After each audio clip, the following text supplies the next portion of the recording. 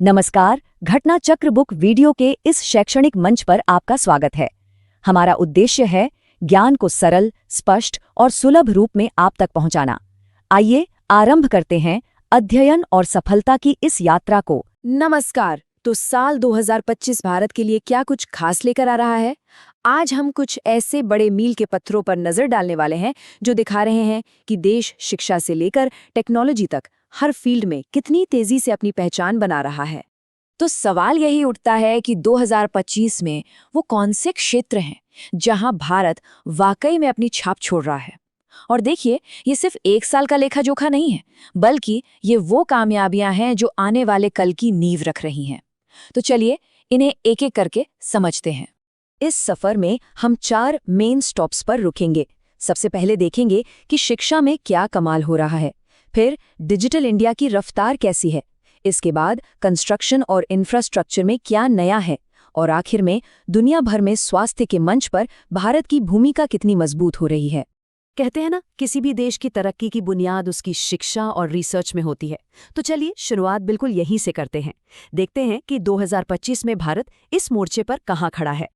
ये देखिए, 2025 की जो नेशनल रैंकिंग्स हैं वो भारत की एकेडमिक ताकत की एक बिल्कुल साफ तस्वीर दिखाती हैं। मतलब रिसर्च में Indian institute of science Bangalore, medicine में एम्स दिल्ली और मैनेजमेंट में IIM अहमदाबाद, इन सबका टॉप पर होना ये साफ साफ बताता है कि भारत की प्रतिभा अब ग्लोबल लेवल पर टक्कर देने के लिए पूरी तरह से तैयार है।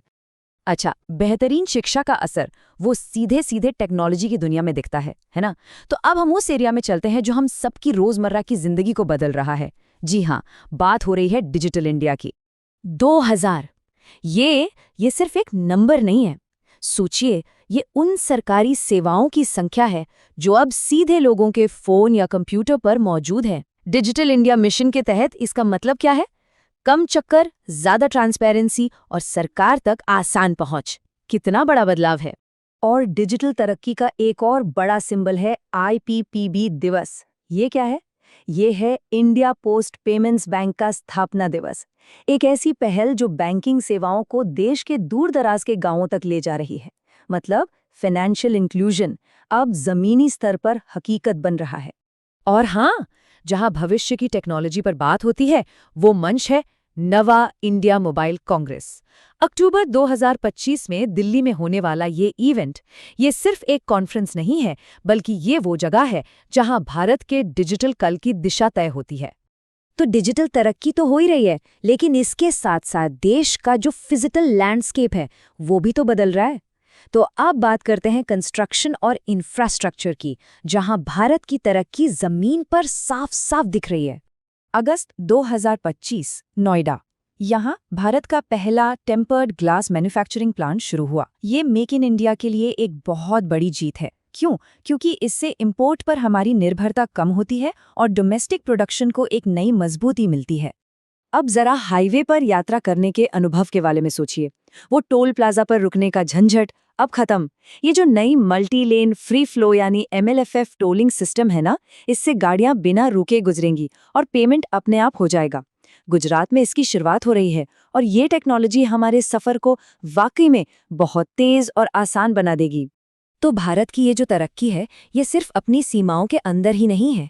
अब हम देखते हैं कि हेल्थ के सेक्टर में भारत कैसे एक ग्लोबल लीडर के तौर पर उभर रहा है। देखिए, अगस्त 2025 में भारत ने 2 बड़े ग्लोबल हेल्थ समिट्स को लीड किया। एक तो BRICS CCI health care summit की अध्यक्षता की और दूसरा 17वें CII ग्लोबल मिडटेक समिट की मेजबानी। ये बातें क्या दिखाती हैं? यही कि दुनिया अब हेल्थ पॉलिसीज और इनोवेशन के लिए भारत की तरफ देख रही है। तो कुल मिलाकर 2025 की तस्वीर क्या बनती है? चलिए एक नज़र डालते हैं। शिक्षा में हम टॉप पर हैं। डिजिटल दुनिया में 2000 सरकारी सर्विसेज हमारी उंगलियों पर हैं। इंफ्रास्ट्रक्चर में मेक इन इंडिया और नई टेक्नोलॉजी के साथ हम आगे बढ़ रहे हैं और ग्लोबल स्टेज पर हेल्थ सेक्टर में लीडरशिप दिखा रहे हैं। तो आखिर में सवाल यही है कि ये सारे मील के पत्थर भारत के भविष्य के लिए क्या इशारा करते हैं? देखिए, ये सिर्फ कुछ कामयाबियों की एक लिस्ट नहीं है। ये एक ऐसे भारत की तस्वीर है जो आत्मविश्वास से भरा है, जो बहुत तेजी से आगे बढ़ रहा है और दुनिया में अपनी जगह बनाने के लिए पूरी तरह से तैयार है।